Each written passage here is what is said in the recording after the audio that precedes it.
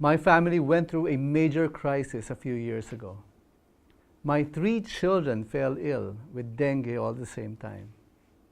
We had to have all of them confined to the hospital, and at a certain point, our youngest son even had to be sent to ICU because his vital signs fell to critical levels.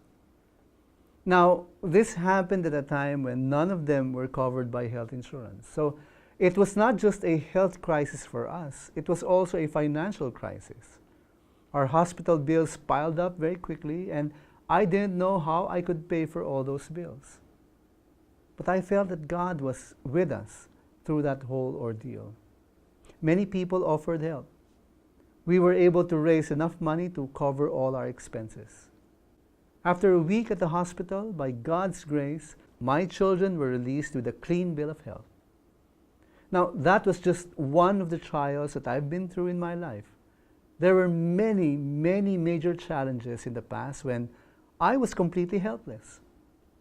But I've proven time and again that when I was going through trials, God was there walking alongside me. I felt closest to the Lord when I was at my lowest point in life. This is a lesson that every person who follows Jesus will learn in the life of faith. It is indeed a blessing when we put our trust in God in the midst of trials. The brother of Jesus, James, wrote something about this in his letter in the New Testament. He said, "Blessed is a man who remains steadfast under trial, for when he has stood the test, he will receive the crown of life, which God has promised to those who love him." God never promised that life here on earth will be free from problems and trials. In fact, God uses trials to mold our character, to develop steadfastness or endurance in our faith, so that we may grow more and more in the image of our Lord Jesus Christ. And God has promised blessing to the person who remains steadfast under trial.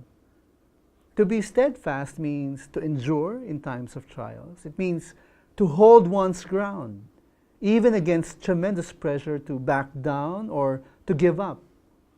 It means being brave in bearing up against sufferings. When everyone else has already backed down, given up, succumbed to pressure, or have fallen to temptation, a steadfast person still stands.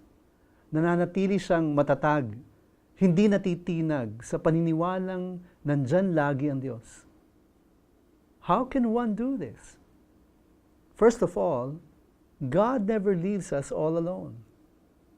When we undergo trial, God's grace is always available. He provides the spiritual resources for us to endure the trials and withstand the temptations and to remain steadfast. Secondly, we can look up to God in prayer, even as we look forward to the hope of blessings when we finally come to see the Lord face to face. We are promised the crown of life, a heavenly honor for those who have remained steadfast under trials. So even in the midst of trials, we can be assured of vindication in the end.